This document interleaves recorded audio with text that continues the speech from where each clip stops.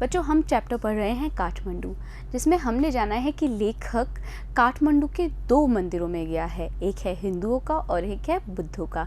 अब जानते हैं कि और क्या क्या चीज़ें देखी इस लेखक ने इस काठमांडू शहर में। I look at the flute seller standing in a corner of the square near the hotel. तो मैं देखता हूँ एक फ्रूट सेलर को फ्लूट सेलर कौन होता है बच्चों? बांसुरी बेचने वाला। एक बांसुरी बेचने वाले को जो कि खड़ा था एक कोने में एक स्क्वायर के होटल के पास। इन हिज हैंड, उसके हाथ में, इज अ पोल, है एक लट्ठा विद अ अटैचमेंट, जिससे जुड़ा हुआ है, कुछ जुड़ा हुआ है, एक अटैचमेंट है उस लट्ठे पे जिस पे कुछ जुड़ा हुआ है। एट द टॉप, उस लट्ठे के एकदम ऊपरी भाग पर, फ्रॉम विच, जहाँ से 50 और 60 बांसुरीज, 50-60 बांसुरियाँ प्रोट्रूड, वो क्या कर रही हैं? प्रोट्रूड कर रही हैं, निकल रही हैं, इन ऑल डायरेक्शंस, सारी दिशाओं में, like the quills of a porcupine. और किस प्रकार से वो बांसुरियाँ निकली हुई हैं? जैसे कि कांटे हो एक पॉर्क्यूपाइन के, एक शाही जीव के। दे आर ऑफ बैम्बू, वो बांसुरियाँ बैम्बू की बनी हुई हैं। There are cross flutes and recorders, और वहाँ पे क्या है? क्रॉस फ्लूट्स हैं और रिकॉर्डर्स भी हैं। फ्रॉम टाइम टू टाइम, समय समय पर, ही स्टैंड्स, वो बांसुरी बजाने वाला खड़ा होता है। क्या क्या शब्द है बच्चों यहाँ पे? देखिए पहले वो देखते हैं हम। कॉर्नर, कॉर्नर का मतलब होता है कोना। पोल यानी कि लट्ठा। अटैचमेंट यानी कि जुड़ी हुई। प्रोट्रूड यानी कि निकालना या फिर निकलना। डायरेक्शंस मतलब दिशाओं। क्विल्स यानी कि कांटे। पॉर्क्यूपाइन यानी कि शाही जंतु। तो समय समय पर वो बांसुरी वादक क्या कर रहा है? बांसुरी बेचने वाला वो खड़ा होता है on pole, on the ground, और क्या करता है? वो लट्ठे को रख देता है ग्राउंड पर। सेलेक्ट्स अ फ्लूट, वो क्या करता है? चुनता है एक फ्लूट को। And plays it for few minutes, और क्या करता है? वो प्ले करता है उसको कुछ देर के लिए। प्ले करने का मतलब हम जानते हैं खेलना, पर यहाँ पे प्ले करने का मतलब है बजाना। तो कुछ देर के लिए वो बांसुरी वादक क्या करता है? उस बांसुरी को बजाता है। The sound rises clearly above the noise of traffic and the hawker cries, और उस बांसुरी की जो आवाज़ है वो उस आवाज़ से ऊपर उठती है जो कि आवाज़ है ट्रैफिक की, यातायात की, और हॉकर क्राइज यानी कि जो फेरी लगाने वाले जो चिल्ला रहे हैं उन सारी आवाज़ों से ऊपर आवाज़ आती है, ज़्यादा आवाज़ आती है उस बांसुरी की। He plays slowly, meditatively, without excessive display, वो जो व्यक्ति है वो धीरे धीरे ध्यान से, एकदम ध्यान मग्न होकर, बिना अत्यधिक प्रदर्शन किए उस बांसुरी को बजाता है। He does not shout out his wares, वो अपने माल के लिए चिल्लाता नहीं है। शाउट करना यानी कि चिल्लाना। अपने माल को बेचने के लिए वो जो बांसुरी वाला व्यक्ति है, बांसुरी बेचने वाला व्यक्ति है, वो चिल्लाता नहीं है। Occasionally, कभी कभी, ही मेक्स अ सेल, उसकी एक सेल हो जाती है, बिक्री हो जाती है। But in a curiously off handed way, as if this were incidental to his enterprise, लेकिन वो सेल किस प्रकार से होती है?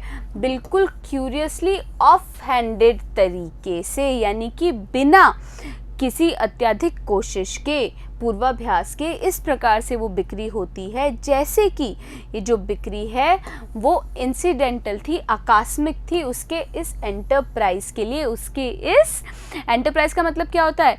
वो जो ये व्यवसाय कर रहा है उसमें। तो क्या क्या शब्द हैं यहाँ पे बच्चों? देखिए, नॉइज, नॉइज का मतलब होता है आवाज़। ट्रैफिक यानी कि यातायात। स्लोली मतलब धीरे धीरे। मेडिटेवली यानी कि ध्यान मग्न होकर। एक्सेसिव यानी कि अत्यधिक। डिस्प्ले मतलब प्रदर्शन। शाउट यानी कि चिल्लाना।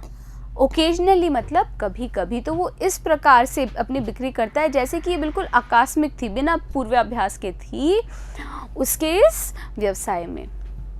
Sometimes he breaks off playing to talk to his fruit seller, कई बार वो ब्रेक्स ऑफ प्लेइंग करता है, यानी कि उस बांसुरी वादन को बजाना रोक देता है और बात करता है उस फल बेचने वाले से। I imagine that this has been the pattern of his life for years. और मैं ये कल्पना करता हूँ कि यही पैटर्न रहा होगा, स्वरूप रहा होगा उसके जीवन का कई सालों तक. I find it difficult to tear myself away from the square. मुझे बहुत मुश्किल लगता है दूर जाना उस स्क्वायर से, उस जगह से. Flute music always does this to me. जो बांसुरी का संगीत है वो मेरे साथ ये हर बार कर देता है. It is as at once the most universal and most particular of sounds.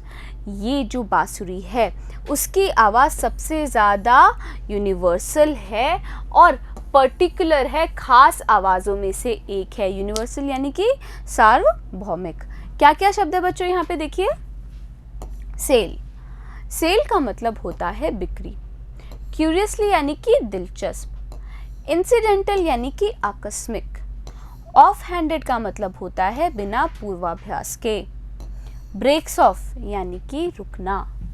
Imagine यानी कि कल्पना करना. पैटर्न यानी कि स्वरूप. और डिफ़िकल्ट होता है मुश्किल. There is no culture that does not have its flute.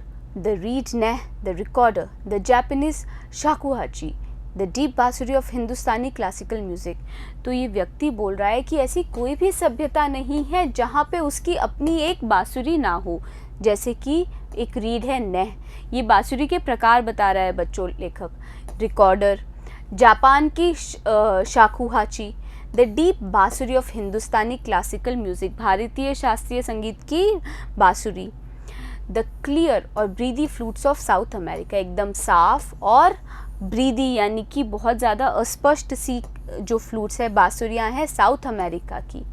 The high pitched Chinese flute, और तेज स्वरमान वाली चाइना की फ्लूट.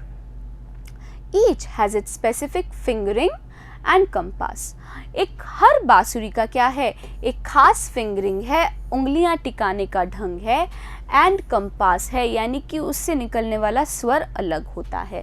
कंपास का वैसे मतलब बच्चों होता है दिशा सूचक यंत्र, पर यहाँ पे वो मतलब नहीं है.